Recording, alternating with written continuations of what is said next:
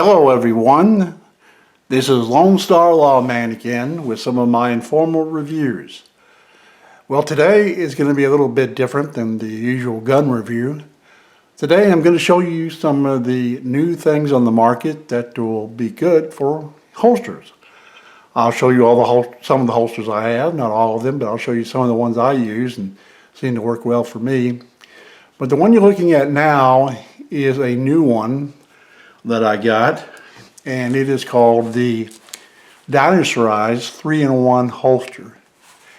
Now this is a belly band holster basically. You can see it's nice and wide, and when it opens it up, it has, first of all, on this side you have a place to put a firearm, magazine pouches. You can put your cell phone here, and you can put more magazine pouches right here, and another place for a gun. So, I'm not going to demonstrate, but I'll show you some photographs here in a minute. But I'll just kind of show you what it's like. You just open this up, and I'm taking one of my guns here and stick it in there. Let's say I'm doing this on my right side, and it'll close like that. See? Not too difficult. Except when you're sitting down, of course. But there you go. And that's what it would look like. Of course, with a 4 1/4 inch barrel, it's going to stick out a little bit. Your smaller guns will fit in there pretty easy. So let's take this one out and try a slightly different one. This being a 1911, it's not what most people carry. Let's try the Glock 19 Gen 4. Okay, let's put that one in there. That one's a little bit more normal for most folks out there. So you see it goes in there pretty good. Closes up pretty good. Really good stretch. It's brand new, of course. And I haven't even only worn it once. Okay, there you go. And then, of course, let me get one of these Glock magazines, and I'll stick it in there. Let's see. Let's get another magazine. I'll make it two. You can see they fit in there pretty good. This seems to protect it pretty well. Of course, Glock's safe action trigger, if anything gets in there, can cause it a discharge. However, this looks like it's pretty snug. Pretty snug. Okay, I'm not going to bore you with putting too many guns in here, but I'll put a smaller gun in, a couple smaller guns in, just so you'll have an idea. Here is my Smith & Wesson 640 357 Magnum J-frame, and we'll try it. Roller. Yep, works just fine. Actually gets in there a little easier. There you go. I don't think we'll need the Glock mags for that. The only thing about this thing is if you do carry that revolver, you'll either have to use speed strips, because it obviously won't take speed loaders, those big round speed loaders. That would be you can get that in there, but you might use speed strips if you want to. So, okay, now I should tell you that, like I said, you have two guns. You can wear two guns or carry something else over there, maybe more magazines, who knows. I'll put one more demonstration of a gun, and then I'll show you some photographs of people wearing it. This is the little smallest one, the smallest ones I have, and it's great for concealed carry. The Car P9. I've been in one of my videos. Let's try it. Okay. Goes in there real good. And the magazines, of course, will go in just like the Glock did, so I'm not going to stay out this one. But what I will do is, at least I'll go to the other side and show it for our left-handed viewers. Now, the thing about it is what's nice about these is that you don't have to necessarily carry them. It's a little more snug because I'm right-handed and I haven't gotten a lot of use. Now, you can put a left one-handed one right here, or you can wear it cross draw if you wish. They're designed for both. So if you want to wear a cross draw, I'm sorry, let me make sure I can get into the picture. I'm sliding all over the place here. If you want to use a cross draw pattern, you certainly may. Okay. In fact, that's one of the reasons why I went through the cross. I wanted to get one of these because I've been carrying a handgun on my right side for over 45 years, and I've developed some significant arthritis in that right hip. And go figure, right? Carrying an M16, thing like that in the military too. Okay, let me get off that subject. Okay, here it is. This is the big boy size right here. This is the 51-inch extra large. Okay, and show you the front a little bit more. There's the two holsters here, and the mags, and you can put a cell phone right there, or money, or whatever you want to do.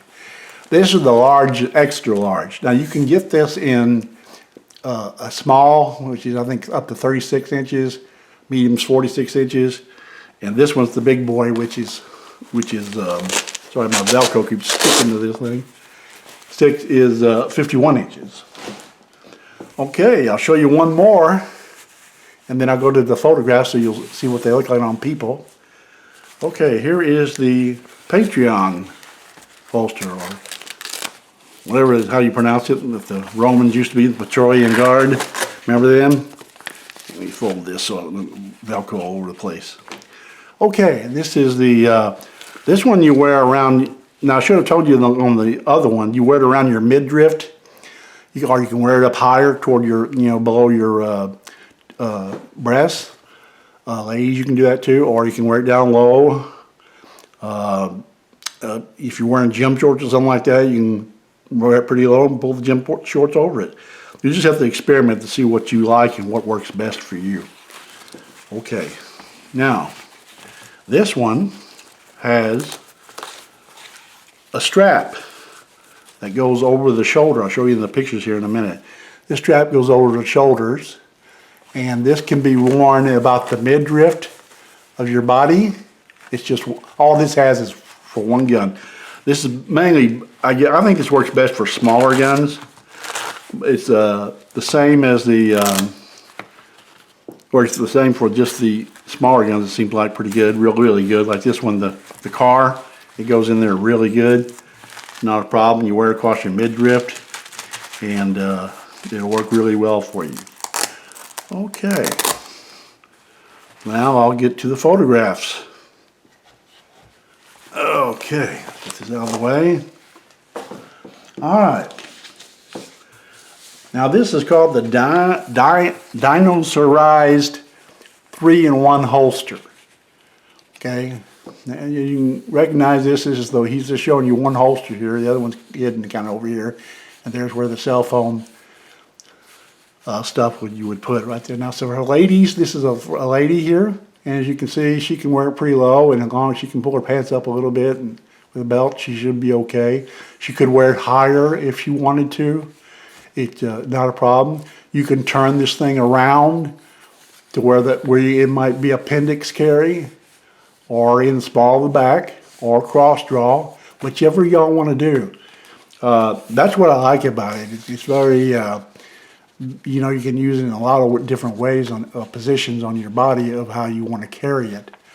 Like I was telling you, because of the carrying on the right side all these years, I want to get something where I might want to go to a cross draw or carry on the other side with these two holsters. Okay, here's a good picture of one. A guy wearing it at his midriff. The strap goes over the back, and as you'll see in the next photograph, quad photograph here, you can see you can wear it down a little low, and not without the strap if you don't want to, or of course with the strap. You see the strap goes to the back and hooks on the back here. Okay, not a bad deal at all, really. Here's a gentleman wearing it more in his midriff, in his gym shorts I was telling you about, like you take it out jogging or exercising or whatever, out to the ball game with the kids or whatever, it doesn't matter. But what's great about it is it seems to work pretty well. Now the life of them, I can't tell you. I mean, I'm sure, you know, sweat and the eventual wear, they'll wear out. But they're both the Praetorian and the 3-in-1 Dinosaurized are about $44.99 on their websites right now. So you might want to try those out. Okay. All right. Now I'm going to show you a couple more holsters, and then we'll go to the rack that I have. I'll show you that. It's really interesting. All right, here's one of my holsters. This is the I like Vetter holsters, and I like Kydex. This is the black carbon fiber Kydex, and this is for the Spring. I don't even read this. Springfield Armory SA35. Let's try it. I think I've done this in another video, but I just want to do it. Okay, there you go. This is for right-handed draw. Works very well. Even if you have the hammer in condition 1, the Kydex completely covers the safety. Okay. All right. I know y'all have seen that one before, so I'm not going to spend a lot of time on that. Okay. All right. See, I think I've got one more over here that might be interesting. Oh, this is my Tiger Stripe Vetter called the Rapid Tuck. Works with my car. P9. As you can see, it works very well. It has a little swivel here where you can put on any position on the body. This is great for appendix carry. Write the name of the gun on the back. Oh, just to be efficient. Okay, one more rig to show you, and then we're going to the big rack that I'm going to show you that I think you'll find really interesting. I hope so anyway. Okay, I'm going back in time here. We're going back to the 1980s. When I just got off active duty and I was going into the reserve, got called up for Desert Storm, and then finally retired from the military in 2001. Here is the military belt I wore. I'm sure they probably still use these. This is the more modern one. As you remember, if you don't know, the old ones were just like a little metal piece and a little hook, like one stud that you would put on. These are adjustments. I forget what they're called. This is the standard M9 holster, except it has a modification. The regular ones, when they first came out, had a nice green flap that came over right here. And it has a button snap top. I'll demonstrate a little bit. I'll use the good old looking military warhorse looking one, the TSOS 1911 at USMC. That's right, folks, not Army, USMC. Okay. We'll stick it in. I believe it'll go in there. Yeah, it will. Of course, I don't think I can get it to work with the snap or anything like that, but it was for a Beretta, the Beretta M9, and I carried a Beretta all through the reserve until I retired. Okay, this was interesting. This is where we put handcuffs in, and here was this funny looking thing is where we have these cheap little radios, and they were hooked on a little leather pouch with a little silver circular connector. You put it in there and you'd turn it a certain way and it'd stay on. I don't know why we use those. Those were pretty crappy. Okay, now we're going to look at the rack. Oh, my goodness. I may have to take some of these guns off for you to see it better, okay? This is my wooden rack that I've had for many, many years, probably over 20 years. And folks, I can't even remember the name of the company. I was looking for it on here in case I could find it, but I couldn't. So let me just take off a few of these guns so you can see how they fit. Okay. See, it's nice felt right through here on both sides. Both sides, so they go in nice and easy. And we put them back in. Now underneath there, you can't see them too well. Let me take this off again. In fact, I'm going to take most of these off. All right. Now, if you look down in the bottom there, let me get the pieta out of the way. Okay. Okay. Now underneath here is a nice little hole here. You can't see it from the angle, but there's a little shelf down here. You can see it's all Velcro. Down here, I don't know if you can see it. Let me pull the one last pistol I have in there. That's all Velcro right there. This is the 640 Smith, and this is the 1903 hammerless, Colt hammerless. Down here I keep a lot of the magazines. Like right here I've got a 229, 357 SIG in there. And down here on the far right I got some 1911 mag. This one is obviously Wilson Combat, the D, and I think the other one is too. Okay. So that's really basically all I have to show you all today. I should tell you that these are really great to have something like this. I wish I could remember the name of the company, but let me see if I can tell by looking on the bottom. Hold on a second. Whoa, that was good. And then we dropped some of the magazines. All right. That's okay, folks. No rounds fired. Okay. All right. Well, let's put them back up. Well, I should tell you that this goes on its top shelf in the safe. Obviously, I have a safe. We will say, well, you shouldn't be telling people about your safe or whatever. Well, everybody's got one. So how's that going to be? If you got guns, you're going to have a safe. Most people do. And by the way, while we're on that subject, I will definitely tell y'all to get a safe. Make sure everything's locked up. Use a biometric or push button entry so you can get to your guns when you need them, but also you can keep children and grandchildren away from them. Okay? All right. Let me get that out of the way. Okay. I want to thank you all for stopping by and seeing the stuff that I wanted to show you. I'm sorry I don't have any gun reviews for you, but I have my eye on a Heckler & Koch CC9, the brand new one that came out.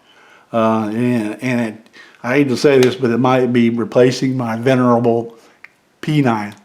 Let me know what y'all think about that. Should I trade the P9, which is about a 7 or 8 round pistol straight stack, single stack, for the 10 or 12 round Heckler & Koch CC9. Now, one thing I know about Heckler & Koch, there's one thing about Heckler & Koch I've always noticed and I've always realized.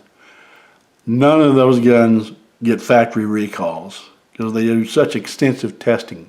That's probably why they cost so much. But when you get a Heckler & Koch, you know it's going to work. Okay. Well, that's about it here from Texas.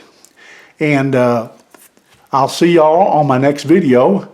And until then, stay safe, stay armed, be ready, be aware of your surroundings.